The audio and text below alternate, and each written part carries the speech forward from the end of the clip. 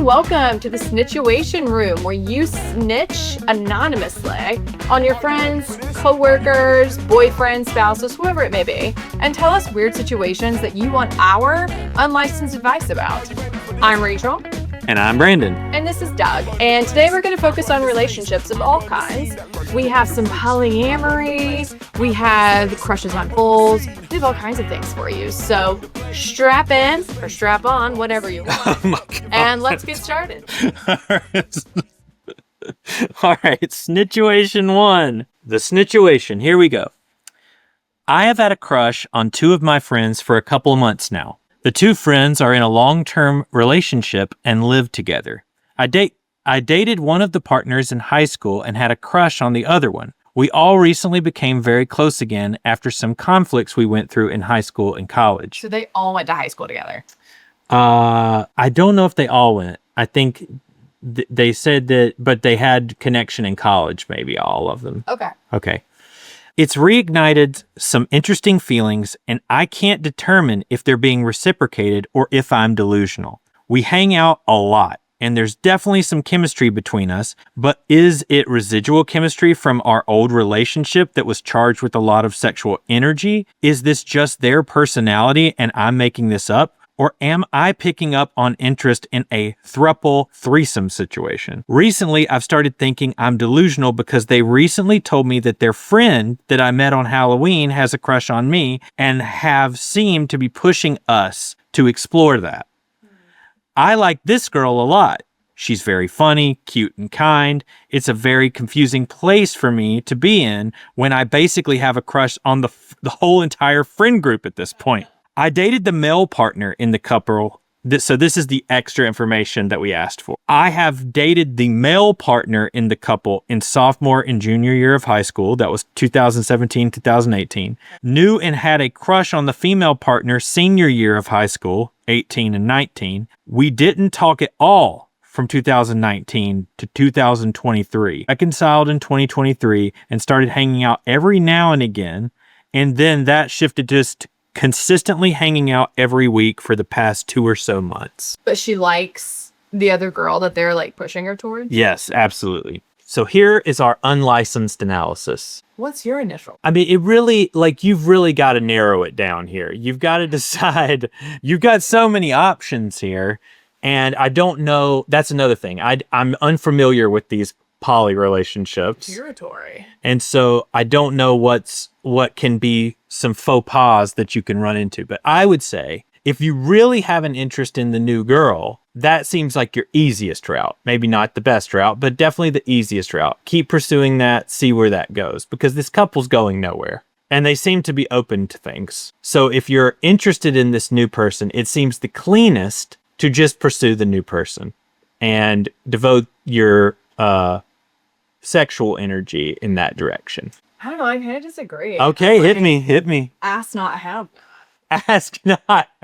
You know, listen, I know who this is. Yes. Our friends submitted a bunch, and I'm like, you're so young. Or in your 20s, you should explore.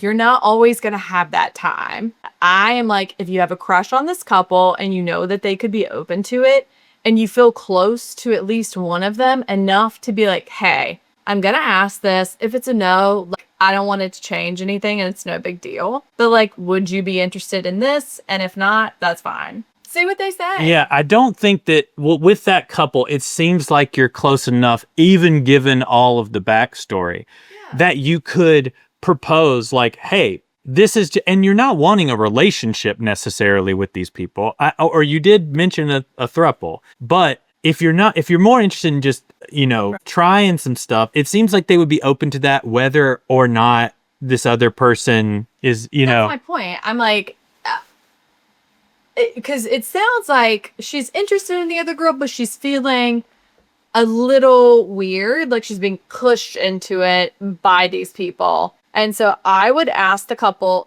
if she's most interested in the couple, I would ask about that. If she's more interested in the girl, I would pursue that. I think she has to analyze her own feelings, but now is the time to explore.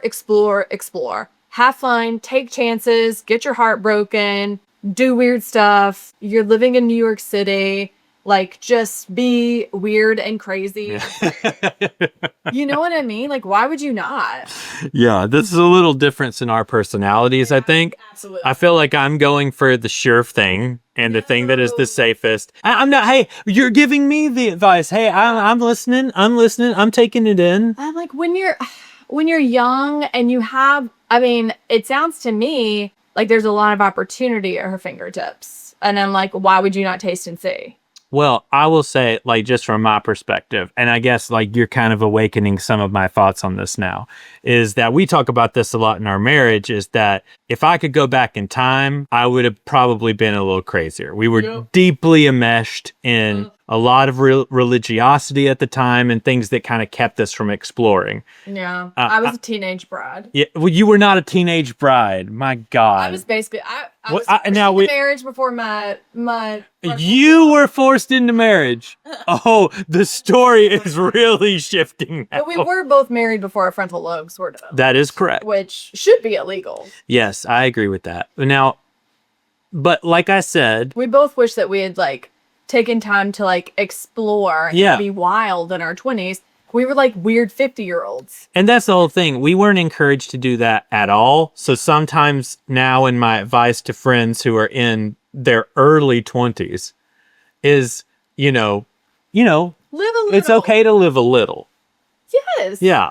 Especially because none of this is like, I'm trying to find my person. I'm trying to like... And that's hard for me because like all that I was exposed to is that the person that you're dating or seeing or whatever, it's leading to marriage. Oh God. Everything was on a path to marriage. That's the only relationship that should exist is one that is headed towards marriage. So like there is a part of me, and I value that thought process, but I don't think that's necessarily for everyone. And I also think that, if you're not in that space, you shouldn't be seeking it. Well, and 50% of marriages end in divorce. Yeah. And then another like 20% probably. Those are good numbers. So I'm like, why are we like pushing this on people? So your mission, if you choose to accept it. Go have fun, baby. All right. Dabble. Snitchuation 2. Relationship. And right now, I'm only dating one person and it's going well. Relationship with one person. Well, I guess you're open. It gets into that. Okay. Yeah. However, I really want to move toward... I really want to move toward dating other people and potentially adding another more serious... Oh, I see. So this person's poly, but they're only seeing one person. Correct. Okay. So this person wants to add another more serious relationship to their life. I'm struggling with how to signal to people in my life that I'm attracted to them. I'm not necessarily single, but I am available and interested. On the apps, you can just say these things outright, but I usually find more success in chemistry in real life with people. Is there a charming, appealing way I can tell people that I'm essentially booed up, but I have room in my life for more booze? Oh, that is a great question. Go on. So I would say, like I said, I have to admit that this is brand new territory. I've never been giving advice to people who are poly, and there are people probably watching this podcast right now judging me because I would even agree to give advice to a poly person. Really click it off if you're upset. Go back. But what I would say is, I think that if you are in a relationship with a person who is poly, dating other people who are poly, in a city where maybe this is acceptable and like a pretty normal thing, I think that you should just be open with where you're at with the people that you meet. And I think like just being forward and open about it is the best path.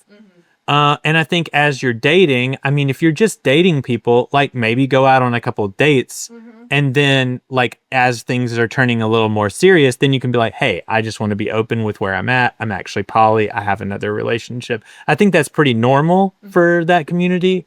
So I would say I'm just always about being upfront with how I'm feeling. I'm a all emotions on the table person. And like sometimes that's going to bite someone like me, that someone's going to feel like too much too quickly. But that's just who I am. Like I'm going to tell you how I feel. Yeah, no, I agree. I have to talk about Below Deck. I have been obsessed with this show recently. I actually think it's like a mental illness. Something has clicked in my brain where it's all I can watch. All right. But there was a season where like two of the people on there immediately when they like go out to dinner, like with the crew or whatever, were like, I don't believe in monogamy. I believe in like having multiple lovers and that like I'm not attracted to any one gender. I like whatever. And they like found people immediately too that, and like on a small ship of just 10 crew members, there were 2 people who felt the same way. So I think you might be surprised how presenting as like, I really love people. I don't want to like trap myself or whatever, to your point, just like being open and honest is the best way to be. And I don't know that this is necessarily a binary of what I'm talking about here, but like, are you poly or is your partner poly? And the question then becomes, are you really looking for a solid, committed relationship that is just with one other person and that's why you're wanting to add this other person? Or are you really interested in being poly? Yeah. Because like you're saying this is going well, but that you're sensing the need for a deeper connection and a longer term connection. Okay. And so my question would be, and I don't know the answer to this question, even though I know this person, is are you poly or are you in a poly relationship with someone who is poly? Right. Are you just open to being poly? Yeah. Or are you personal? And what are you looking for? Yeah. Because I think that ultimately is going to answer a lot of these questions for you. Because I think often, I don't know. I mean, I just say in my life, there are people who are kind of really interested in this like polyamorous kind of relationships and that they can love people equally and that they really thrive in times where they share these kinds of relationships with multiple people. And then there are the people who are really looking for a long-term committed relationship with one person. I don't know many people who like cross into those boundaries. You know what I'm saying? That are truly poly and not just like having a situationship on the side or some sort of arrangement with their partner or that kind of thing. So in terms of like a charming way to tell someone, to be honest, because it sounds like you're looking for something deeper, it almost just sounds like you're casually dating someone. So I don't even know that you have to be like, I'm booed up. I would just say like, hey, I'm like casually seeing someone as well. Like, are you comfortable with that? Yeah. And I think that just based on the lack of information that we have about this other relationship is like assessing like where is that going and like what's the distance that thing is going to last anyway. Do you want to hold on to it? So our mission for you, it seems more of like a self-assessment. What do you want for yourself? And then more this, I'm turning it back on you a little bit. Like what do you need? What do you want? And what are you looking for ultimately out of these relationships? Because like I want to know a little bit more about you. Like, are you really interested in being poly and that's where you feel like the best version of yourself comes out of being in multiple relationships? Or are you more interested ultimately in having that long-term one-person committed thing? Because we do have friends who have polyamorous relationships that have been successful. Oh yeah, 100%. But it is tricky. Oh yeah. And everything has to be like cards on the table. But that was like through apps. And so I don't know. And I mean, there's all different kinds of things that I'm not even gonna pretend I understand all of it. But like a polycule being different from just being poly, and like the relationships within the polycule, and some people have primaries, some people don't have primaries, so it can get very complicated. But it sounds to me like if it's not the deeper relationship, it's the same thing as casually seeing someone. I agree. Yeah. So I don't know that you have to, like, until it gets to a place that you're like, are we just seeing each other, that you would have to be like, no, actually, I'm seeing this other person. But it seems like that would come up in conversation in dates that you're having. Yeah, I think, it would definitely come up pretty soon into dating that you were seeing someone else or casually. You would be able to gauge. Open to casually hooking up with other people. Yeah. You would be able to gauge that like over coffee or something. I don't think it would be something that would be difficult. Agreed. To do. And I think you could word it in ways that if you don't feel confident. That's one way of putting it for sure. Yeah. Great. Did you read the second one, right? Mm-hmm. Okay, great. You want to click on? Yeah. So, Snitchuation 3, and let's hear the Snitchuation. And this one is not anonymous. This one's our first one, not anonymous. This is Jessica. She's 36, female. She says, "Hi, Snitchuation Room. I need some insight before I spiral. My husband, 36, male, has a long-term best friend who is a woman, 35, female. They've known each other since college, and honestly, I've never had an issue with it. She's been at our wedding, our birthdays, our house. It's always been fine. But recently, something feels off. And I don't know if it's intuition, insecurity, or actual red flags. Here's what's changed. Number 1, over the last few months, he started texting her a lot. Like late at night, laughter emojis, inside jokes, the whole vibe. Number 2, he now turns his phone slightly away from me when she texts. She went through a breakup, and he has been being there for her. Not there for her. Which I support, but it's becoming a near daily emotional support hotline. Last week, he left the room to take a call from her because this is the egregious. It was private. What? And then, this is the one that broke my brain. She says, she bought him a birthday gift that was weirdly personal. Not romantic, but intimate in a way that made me feel uncomfortable. They were not comfortable sharing that here because it would be too exposing of what the situation was. I've tried to bring this up gently, but he tells me I'm overthinking it and that she's basically family and that he would never cheat. Maybe that's true, but I can't shake this gut feeling that something is changing. If not physically, then emotionally. I don't want to be controlling or jealous as a wife who can't handle her husband having female friends. That's not who I am, but I don't want to ignore the signs and then end up being blindsided. She asked these questions. How do I bring this up without sounding accusatory? That's number 1. What is the normal boundary and what's paranoia? And then 3rd, am I picking up on something real or projecting something that isn't there? Listen to heart. So let's take them one by one. How do I bring this up without sounding accusatory? All right, let's do it. Black tribe. It's taking me back to so many, like when Harry met Sally. Like, men don't want to be your friend. Mm-hmm. They don't want to be your friend. Like, unless they have the men in my life who are my friends are gay, or I'm good friends with their wives. Mm-hmm. Mm-hmm. Period. Stop. The end. Like, I can't think of one man in my life who is just a single straight man who we're just besties. Like, yeah, I mean, I will say, we talk about this all the time, but the vast majority of my best friends in the world are women. Yeah. And it's always been that way. Yeah. And I have very close relationships with them. But the idea that I would be friends with somebody... Now, granted, this is kind of this story, though. Yeah. Like, she's fine with her. She loves her. They were at the wedding. She's a part of their lives. But something has shifted and changed. Well, and it's not just her changing. Yeah. He has changed as well. Yes. Here's the thing with you that I never worry about. First of all, you never turn your phone away. Mm-hmm. I have your password to everything. Correct. You have never answered first of all, your girlfriends don't call you. Mm-mm. Ever. Mm-mm. You have never taken a phone call from a woman and been like, I need to take a private conversation in another room. No. Quite literally ever. We've had friends who've gotten you thoughtful gifts, but never one that like made me feel uncomfortable. Well, yeah, there obviously was a privateness to this gift that felt odd or felt inappropriate. Like, on its face, I understand that he's done nothing wrong. Yes. However, when your gut is telling you something, you have to listen to it.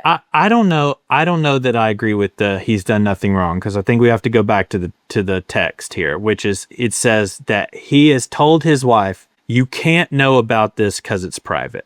Like, I don't know how I would feel saying that to you. I don't think I ever would. Well, because I would laugh at you. Well, do you know what I'm saying? Like, like, I think there are elements of a story that I may not tell you, but on the whole, like, if you're asking, like, I need to know what this is about because I'm feeling uncomfortable with this, then I'd be like, look, this is what's happening and this is why. But you love to gossip. If one of your friends was telling you something, you'd be like, oh my God, you're never going to believe us. Right. You know, like. And I think, like, I also wouldn't allow someone to tell me something that I feel like I probably could not tell you. There have been very few times that has happened, and it's been with stuff that was very personal. Right. And those people typically tell me on their own in their own time. Right. And there's also, I mean, I kind of have a different thing because I used to be in a line of work that required me to keep things secret. Yeah, so that's different.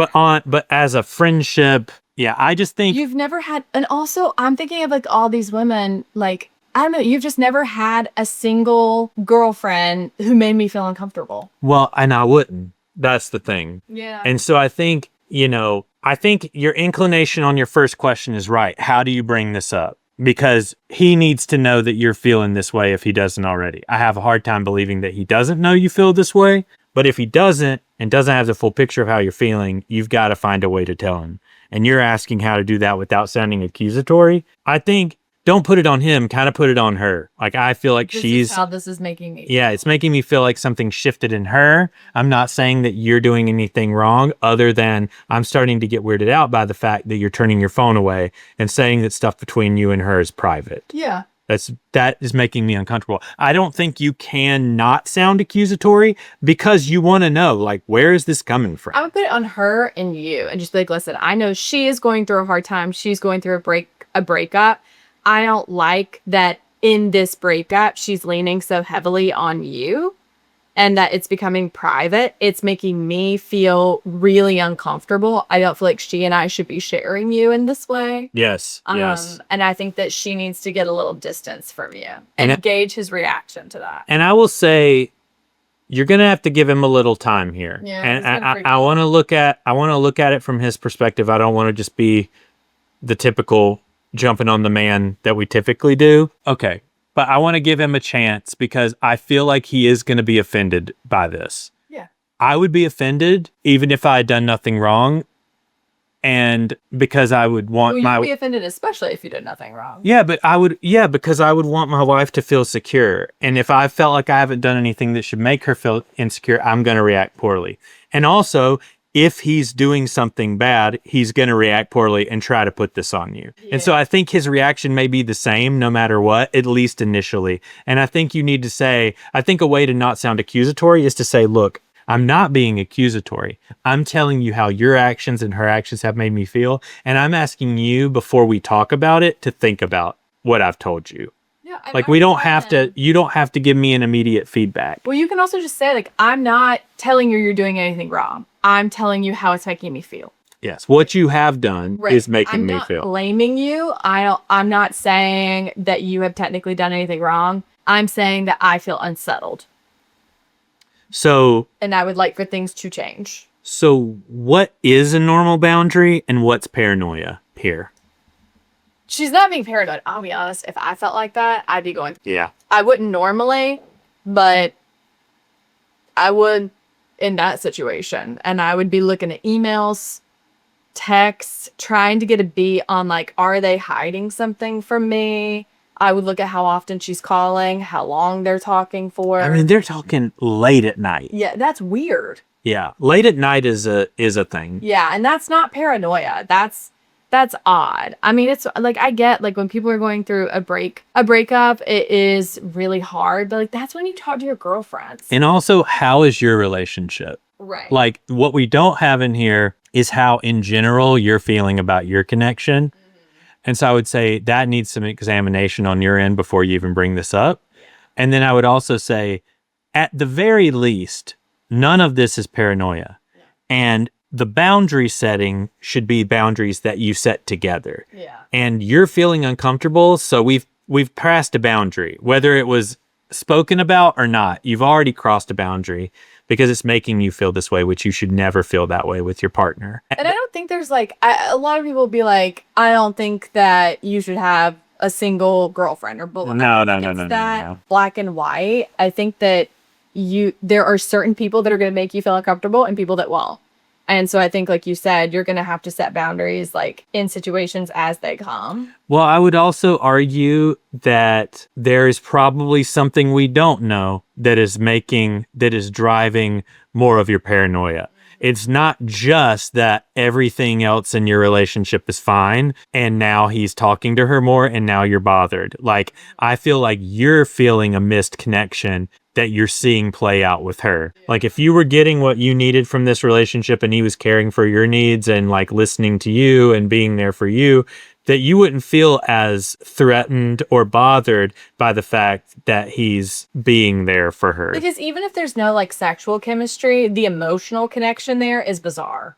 And unfair. Well, and I think also you can have, there's also just so many different levels, right? Yeah. Like you can have friends who are telling you deeply personal and deeply connective things, but the way in which you're receiving that information and the way in which you're reacting and giving the advice that you're giving and the secretiveness and the privateness and all of that, like that feels very out of pocket. Well, and I feel like our friends, regardless of gender, when they come to us with really private things, it typically goes to both of us. I mean, I'll just say this. Very recently, a friend of mine who's a woman would come to me and was asking me about something. I was like, let's get Rachel's opinion on this. Oh, yeah. Do you know what I'm saying? Yeah. So, like, I think that's kind of my go-to at times, too. Like, I do like to have female relationships that you don't have to be there every time, like you know, that kind of thing. I don't require it. Like, it's not, I'm not threatened by that. But at the same time, like the idea that you would send this in would deeply trouble me.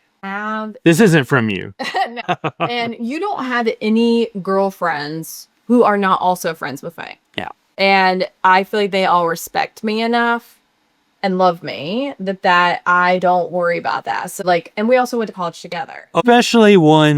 Especially ones that would be sharing this kind of information with me. Like, I would not just let some random person that you didn't know, like I'm talking to them about their this and that. And like, I don't know, it just seems off to me. It seems off. And I'm just like, you got to go with your gut. When it feels off, you follow that trail, baby girl. And so that's it. So what's your mission? It sounds like you're leaning into some recon outside of a conversation. I would be doing some recon. I would have a conversation. I would give him a chance first. I would just say, like, this is how I'm feeling. Like, I'm not accusing you of anything. I'm not saying you did anything wrong. This is how I'm feeling. I wanted to let you know. I know she needs some stuff right now, but maybe she could lean on some other people.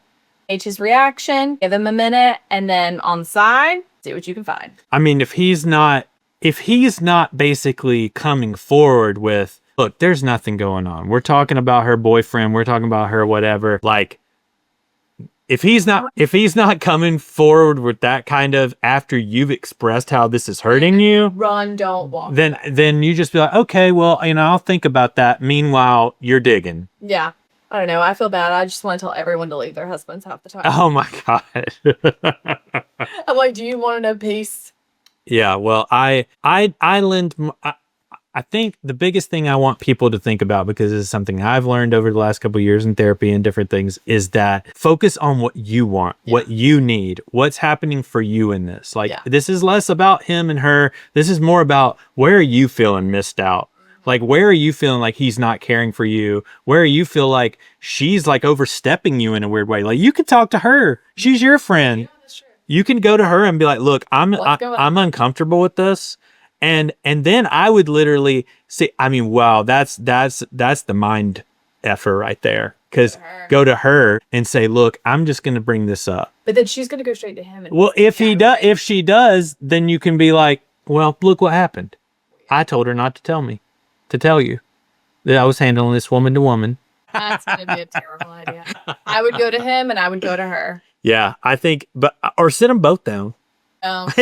You go to him. Yeah, I think so too. Recon. I think our this is really an issue between you and him. Yeah, and it's not her fault. It's his job to. And I would look inward before we even have this conversation to be able to say, this is where I feel like I'm missing you in these other areas that have led me to a place where I could even be, where I'm feeling insecure, where I could be insecure about this. So that it's not accusatory. It's more of like, I miss you in this way. Yeah. Yeah. Agreed. All right. Well, that's this week's Snitchuation. We'll see you next week because we still have some great entries. Please write in if you would like to snitch on a sibling, a boyfriend, a spouse, or a spouse's weird friend who won't stop talking to them. Go to popsnitch.com. You can submit your Snitchuation there, and we'll see you next time. Where's my